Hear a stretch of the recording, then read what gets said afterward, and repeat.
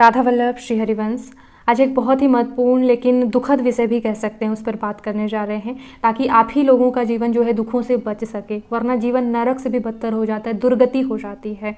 वो विषय है गर्भ हत्या यानी कि भ्रूण हत्या। जब ज्ञान नहीं होता कि इसके कारण से कैसे हमारी ज़िंदगी तुरंत से बर्बाद होना शुरू हो जाएगी, क्यों हो जाएगी, इसके बारे में भी बात करेंगे। गलत जानकारी ये होती है लोगों को कि जब हम 2 महीने का गर्भ हत्या करवाएंगे, भ्रूण हत्या करवाएंगे तो उसमें जीवन ही नहीं आता है। 1 महीने के बच्चे में जीवन ही नहीं रहता, 2 महीने के बच्चे में जीवन ही नहीं रहता, 3 महीने से जीव आता है, इसके पहले उसको मरवा सकते हैं। ऐसी भी अफवाहें जो है लोगों में होती हैं, उसके कारण से लोग जो है खुशी खुशी राजी हो जाते हैं भ्रूण हत्या, गर्भ हत्या करवाने के लिए।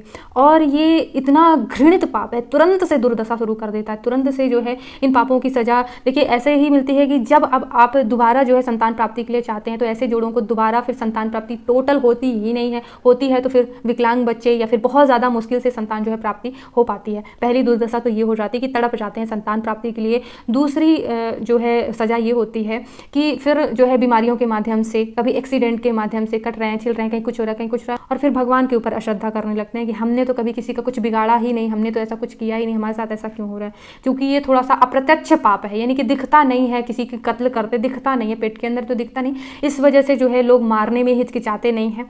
और जब भी गर्भ हत्या करी जाती है तो अगर उन लोगों को एक बार बता दिया जाए कि कैसे होती है और वीडियो अगर देख लें तो उनकी भी रूह आत्मा कांप जाएगी। क्योंकि जब भ्रूण हत्या करी जाती है तो एक एक अंग अगर नर्सों द्वारा निकाला जाता है तो एक एक अंग जो है वो काट काट कर निकाला जाता है, हाथ पाँव कान मतलब अलग अलग एक एक नोचा जाता है, ठीक है, चिमटे से। दूसरी चीज़ है कि अगर दवाइयों द्वारा गलाया जाता है तब भी जो है कि एक अंग गल कर कट कर गिर रहे होते हैं, तो यानी कि एक तरह से नोचा जाता है। तो तुरंत से दुर्दशा शुरू इसलिए हो जाती है कि भगवान इतना ज़्यादा नाराज़ हो जाते हैं। क्यों? क्योंकि जो गर्भ में बच्चा होता है वो निरपराध होता है, उसका कोई दोष ही नहीं होता, ठीक है। यानी कि जीवन आपको जीना है, आपने पहले ही भी अपना जीवन जिया, पति पत्नी दोनों ने मजे किए, फिर जो है अपने स्वार्थ के कारण जो है आप भ्रूण हत्या करवा रहे हैं, ठीक है। दूसरा ये हो गया, तो उसका कोई दोष नहीं है। और तीसरा ये है कि वो अपने बचाव के लिए कुछ भी नहीं कर सकता है, ठीक है।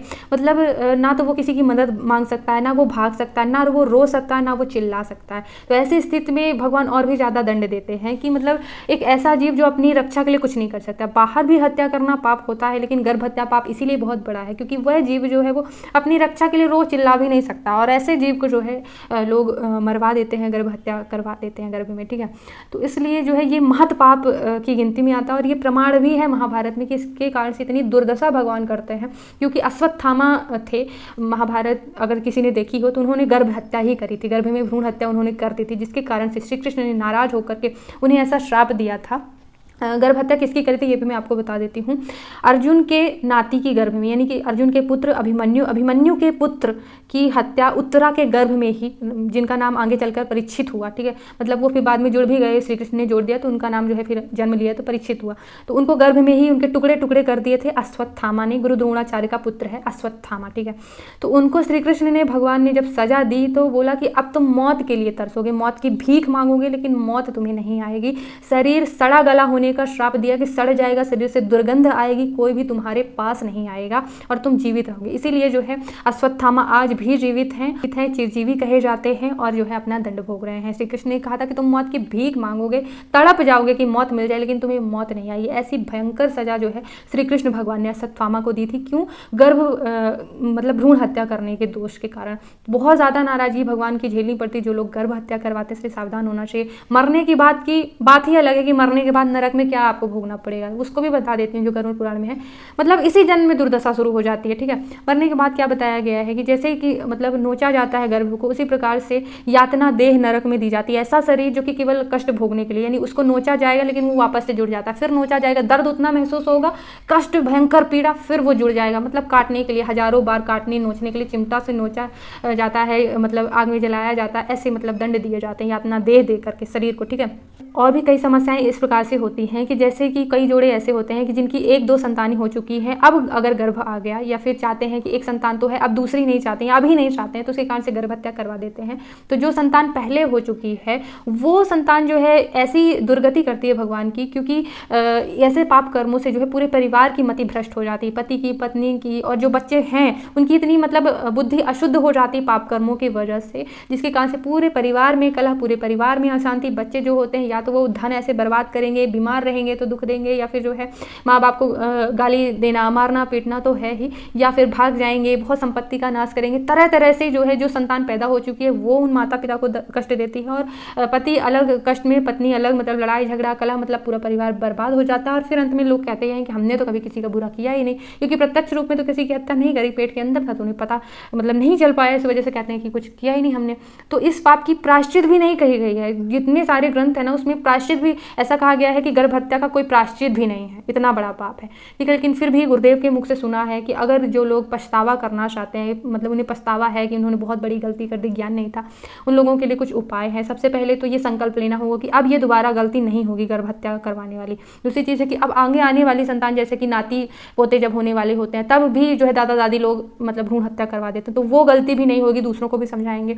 तीसरी चीज़ है कि अपनी गलती का प्रायश्चित करवाने के लिए, गलती नहीं महापाप है ये, इसका प्रायश्चित करवाने के लिए या तो आपको भागवत कथा का श्रवण करने का अनुष्ठान करवाना चाहिए, या फिर अगर सामर्थ्य नहीं है बहुत बड़े ढंग से, क्योंकि लाखों लग जाते हैं, तो फिर 7 दिनों के लिए कोई ऐसे ब्राह्मण को नियुक्त करना होगा जो कि मूल पाठ कर दे घर पे सामान्य तरीके से, कोई और को बुलाने की जरूरत नहीं, केवल पति पत्नी बैठ करके संयुक्त रूप से दोनों बैठ करके कथा का श्रवण करें। इससे भी जो है प्रायश्चित हो सकता है। भागवत कथा समर्थ है तो अब ये महापाप नहीं होगा और इसका हमें पछतावा है, तब जो है आप सामान्य रूप से किसी विद्वान ब्राह्मण को ही बुलाइए जो शुद्ध जो है संस्कृत से मूल पाठ कर सकें भागवत का, उसका श्रवण करने से जो है प्रायश्चित हो सकता है। तो ये आप प्रायश्चित करिए। साथ ही साथ भगवान की शरण में भी जाना होगा कि भगवान बहुत बहुत बड़ा अपराध हो गया, इसके लिए क्षमा करिए, और नाम जप करना होगा। शरण में जाना भगवान का यानी भगवान का भक्त हो जाना, भगवान की भक्ति में नाम जप करते रहना, उनका स्मरण करते रहना। तो देखिए नाम जप ऐसा, इससे कई जीवन के लाभ मिलते हैं। इसकी महिमा का मैंने एक अलग से वीडियो बनाया हुआ है, बहुत लाभ है, हर दुख से उबार सकता है नाम जब, सभी सुखों की प्राप्ति हो सकती है। लेकिन सबसे बड़ा है कि भक्ति भगवान की मिलती है, सुख। तो झाड़ू पोछा बर्तन करते समय भी नाम जप किया जा सकता है, नहाए नहीं है ना फिर भी किया जा सकता है, क्योंकि नाम जप में नियम नहीं होते हैं। हर अवस्था में नाम जप किया जा सकता है, मासिक धर्म में भी महिलाएं कर सकती हैं। तो बस एक सांस भी मतलब आपकी बिना नाम जप किए ना जाए, ऐसा अगर आप प्रैक्टिस करें, अभ्यास करें। बाकी नहीं हो पा रहा है वो बात अलग है, लेकिन प्रयास इतना करना चाहिए कि एक पल के लिए भी नाम जप ना छूटे। बहुत से ऐसे नाम जप करते रहने से एक दिन खुद ही आपको अपने जीवन में महसूस होगा कि आप कहाँ थे दुखों में, मतलब डूबे हुए, और आप कहाँ आज सुखी अनुभूति कर रहे हैं। ऐसे ऐसे चमत्कार होते हैं, ऐसे ऐसे लीलाएं होती हैं।